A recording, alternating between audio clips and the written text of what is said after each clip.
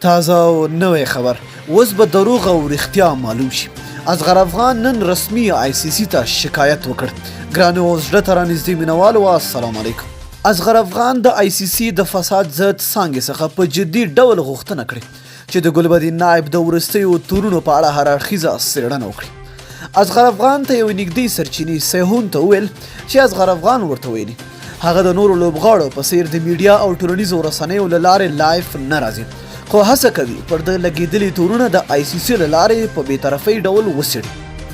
نوموړي ویلي دغه څېړنې به جوته کړي چې په کرکټ بورډ کې موجود اختلافات ولې او څه ډول رامنځته شول او په دې ټول بهیر کې د نوموړي رول څه ډول و.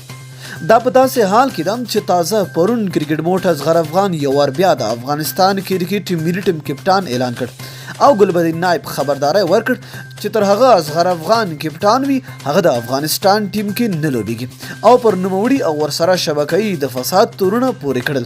نو دوستانو تاسو څه نظر لرئ چې آیا آی سی سی د اصغر افغان دغه شکایت ومني او کنه؟ لاندې په کمنټ کې موږ سره خپل نظر شریک کړئ. تر بیا بلې ویډیو د الله په امان.